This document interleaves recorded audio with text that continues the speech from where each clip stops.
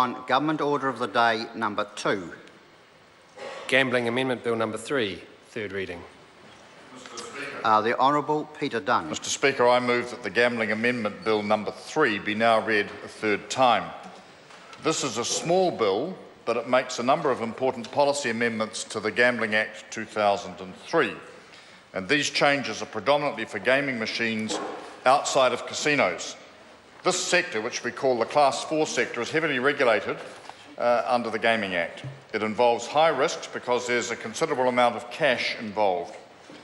The background to this bill is actually the members' bill that was sponsored by the Honourable Flavel, which became the Gambling Harm Reduction Amendment Act 2013.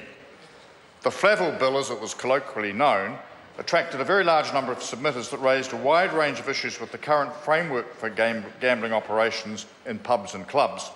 Views were expressed that parts of the framework for controlling this type of gambling were not perceived to be working particularly well.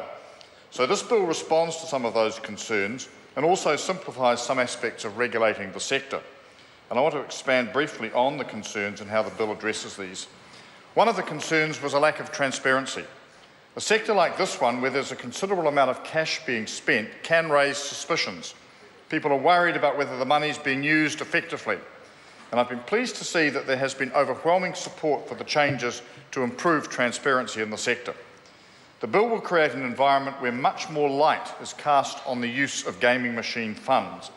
That is in both terms of the Society's operating costs and also in grant distribution. The bill also responds to the current lack of oversight over management companies that are paid by societies to carry out specific gambling-related functions. This bill will ensure that these companies are covered by the Gambling Act and that they can be audited and monitored the same way societies are. Another change seeks to further minimise the potential for any conflicts of interest to arise between those involved in providing the gambling. People who are actually key decision-makers in managing a trust or a venue will be captured by the conflicts of interest provisions in this new legislation. And the changes also result in these individuals being considered during the licence period application and renewal process. Mr Speaker, I'm aware that some submitters objected to the changes that will allow the Secretary for Internal Affairs the discretion to issue longer licences for societies and venue operators.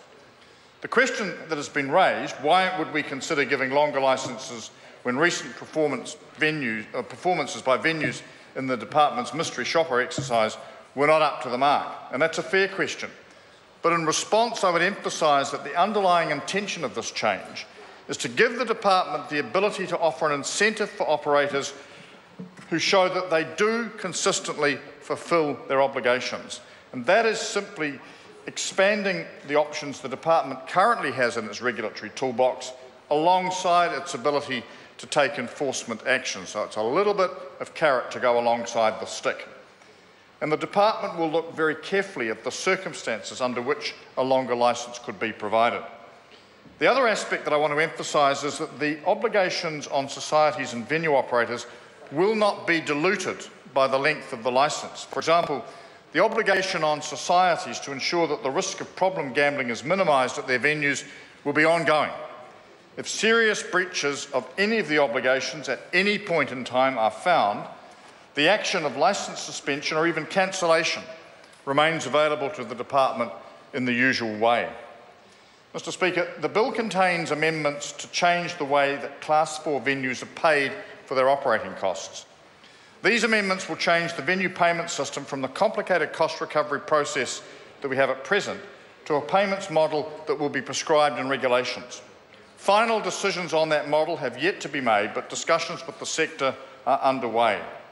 It is potentially possible that this new payment system could be commission-based, and I know that this was the most contentious aspect of the bill. Pub owners are operating a business, but they also have a responsibility to ensure that they provide a safe gambling environment. And submissions on the bill have made it clear that people do not want to see a new system that could provide venue operators with an incentive to override their primary responsibilities. I agree with that, and I've got no desire at all to see that type of outcome.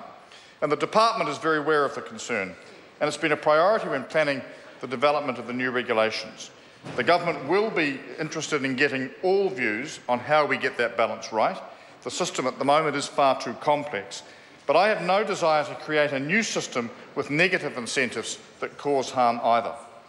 Can I acknowledge all those who took the time to make submissions and the members of the Government Administration Committee once more for their efforts in thoroughly considering the bill. They did a very good job in working their way through the range of views and presenting us with a workable piece of legislation. And I think, as a consequence, we have a bill that responds to a number of the concerns that were being expressed. We do have a more transparent environment. We certainly have some greater controls, and we also have a piece of legislation that is consistent with the primary objectives of the Gambling Act. This is one more in a step, or a series of reforms, really. We had the infamous long drawn-out Gambling Amendment number 2 bill, and now this bill, which has had a much more rapid passage, to make the original Gambling Act more fit for purpose. While I was not the minister at the time that both these bills were conceived, I certainly endorsed the intent behind them. After all, Class 4 generates millions of dollars every year, and we need to make sure and have as our overriding priority that the money intended for the community goes back to the community. That is the principle on which all of this operates. But at the same time, we need to be looking at wider gambling behaviour and what it's going to mean for means of ensuring sustainable levels of grant funding to communities in the future. And that is why I have recently announced work on a wider review of the Class 4 sector within the broader context of the overall gambling sector. The first stage of this review will be to seek to understand current trends in the sector and in the wider gambling environment and what they mean for the current Class 4 regime and for future levels of community funding. The Gambling Act has been in place for over 10 years now, and it is time to assess what it has achieved and what changes are needed to ensure that New Zealand's gambling regulatory system remains sustainable, relevant to the needs of the time and fit for purpose.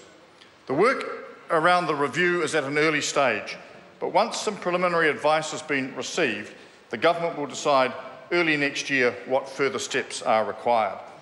My interest in conducting this work reflects my concern about the long-term impact on community funding from the ongoing costs of the current regulatory model for Class 4 gambling. It is complex and it is costly. And what I want to know is, are there ways of stripping out some of those costs of regulation for operators, for venues and for the government as the regulator of the sector?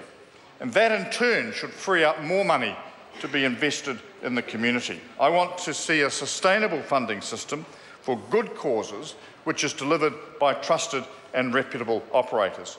And I also want an Act that is fit for the future, that's flexible enough to meet the challenges that will lie ahead. Mr. Speaker, we need to be looking closely at the uptake of online offshore gambling in New Zealand. We know that the availability of more and more gambling products online is challenging. It's challenging the way that gambling is consumed and regulated around the world.